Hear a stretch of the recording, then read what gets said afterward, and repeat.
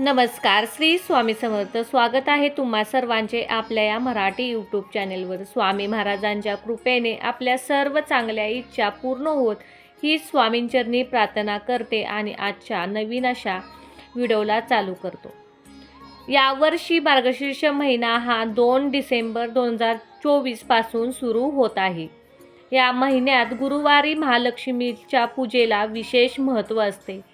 आपल्या कुटुंबाला धन धान्य समृद्धी मिळावे आणि कुटुंबातील सदस्यांना उत्तम आरोग्य लाभावे या हेतूने सुवासीन महिला, कुमारिका मुली हे व्रत करतात. तर यंदा 4 गुरुवार पडलेले आहेत. तर मार्गशीर्ष महिन्यातील पहिल्या गुरुवारपासून हे व्रत धरलं जातं. या व्रताच्या दिवशी घटस्थापना करून शास्त्रयुक्त पूजा केली जाते. तर मार्गशीर्ष महिन्याच्या शेवटच्या गुरुवारी व्रताचे उद्यापन केले जाते. तर यंदा 2024मध्ये मार्गशीर्ष 2 डिसेंबर पासून सुरू होत आहे. या महिन्यातील पहिला गुरुवार हा 5 डिसेंबरला आहे. तर या दिवशी व्रताची सुरुवात करावी. यंदा मार्गशीर्ष महिन्यात 4 गुरुवार आले आहेत. पहिला गुरुवार 2 डिसेंबरला आहे. तर दुसरा मार्गशीर्ष गुरुवार हा 12 डिसेंबर 2024ला आहे. तर तिसरा मार्गशीर्ष गुरुवार 19 डिसेंबर 2024 रोजी आहे. चौथा मार्गशीर्ष गुरुवार 26 डिसेंबर 2024 रोजी असणार आहे. तर या दिवशी किंवा या गुरुवारी आपल्याला लक्ष्मीची पूजाही मांडायची असते. तर आपल्याला मार्गशीर्ष महिन्यातील प्रत्येक गुरुवारी पूजा त्याचबरोबर उपवास हा करायचा असतो. तर आजच्या व्हिडिओमध्ये आपण मार्गशीर्ष महिन्यामध्ये गुरुवारची पूजा कशी मांडायची, पुस्तकाप्रमाणे स्टेप बाय स्टेप पूजा कशी मांडायची हे आजच्या व्हिडिओमध्ये पाहणार आहे. त्यामुळे व्हिडिओ कोठेही स्किप न करता शेवटपर्यंत नक्की पहा. चला तर मग गुरुवारची पूजा कशी मांडायची हे आपण पाहूया. तर पहा, बाजारामध्ये किंवा पूजेच्या साहित्य दुकानामध्ये आपल्याला अगदी 5 ते 10 रुपयापर्यंत श्री महालक्ष्मी महात्म्य असं एक व्रतकथेचं पुस्तक भेटतं.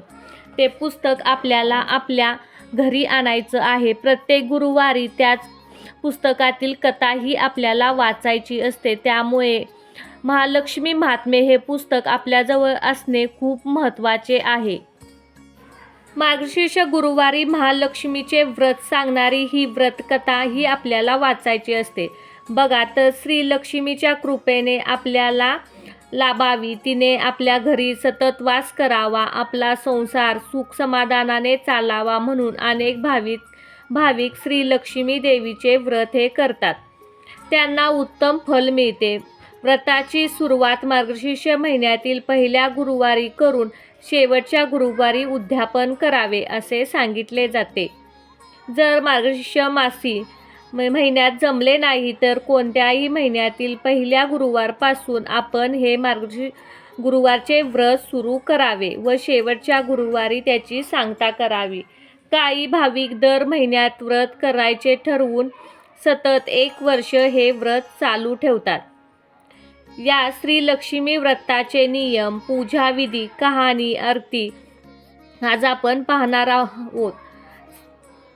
ह्या महालक्ष्मीच्या कृपेने आपली सर्व मनोरथे पूर्ण होतात ही अशी भाविकांची श्रद्धा आहे. तर या मार्गशीर्ष गुरुवाराचे व्रत व नियम.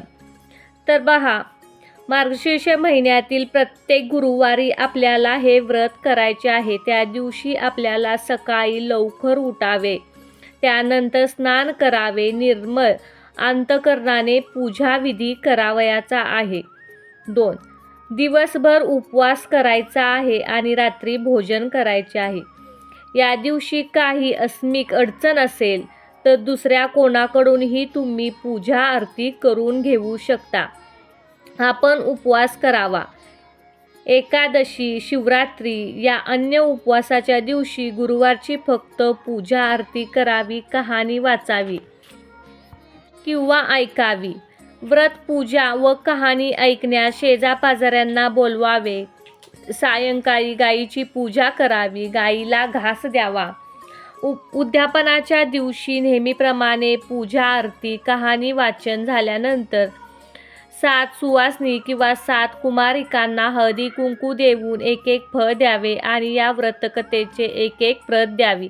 शक्य असल्यास तुम्ही तुमच्या ब्राह्मणांना शिधा देऊ शकता, वस्त्र देऊ शकता, दक्षिणा देऊ शकता, त्यांना नमस्कार करावा. नंतर आपण भोजन करावे. गुरुवारी संध्याकाळी पूजा आरती झाल्यावर सर्वांना प्रसाद द्यावा. कोणत्याही महिन्यातील पहिल्या गुरुवारपासून या व्रतात सुरू करून ते अखंड वर्षभर पाळून शेवटी उद्यापन करावे. तर पूजेची मांडणी कशी करायची? घरातील पूजेच्या ठिकाणीची जागा जी आहे ती गोमूत्र किंवा पाण्याने स्वच्छ पुसून घ्यायची आहे. त्यानंतर त्या ठिकाणी तुमच्या घरामध्ये असणारा पाट किंवा चौरंग तुम्ही ठेवावा. त्यावर कोरे कपडा अंथरावा. या कपड्यामध्ये तुम्ही पिवळ्या, लाल, हिरव्या रंगाचे कपडे पाटावर अंथरू शकता. त्यावर गव्हाची किंवा तांदळाची रास घालावी. त्यावर तांब्याचा कलश ठेवावा. त्यात दुर्वा, पैसा, सुपारी घालावी. कलशावर विड्याची 5 पाने किंवा आंब्याची ढाळे ठेवावी व नारळ ठेवावा. जर तुम्ही ग्रामीण भागात राहत असाल किंवा तुमच्या आजूबाजूला झाडे असतील तर त्या 5 झाडांच्या 5 फांद्या आणून तुम्ही त्या कलशात ठेवू शकता. पाटावर किंवा चौरंगावर श्री लक्ष्मी देवीचा फोटो ठेवावा. लक्ष्मीची मूर्ती असेल तर फोटो न ठेवता मूर्ती ठेवावी. त्यासमोर विडा, खोबरे, खारीक, बदाम, 5 फळे, खडीसाखर, गूळ ठेवावा. शेजारी गणपती म्हणून सुपारीची मांडणी करू शकता. जर तुमच्याजवळ गणपती असेल तर तुम्ही गणपती ठेवला तरी चालतो. पूजेची मांडणी पूर्ण झाल्यावर यथासांग पूजा करावी. पूजा संपल्यावर आरती करावी व सर्वांना प्रसाद द्यावा.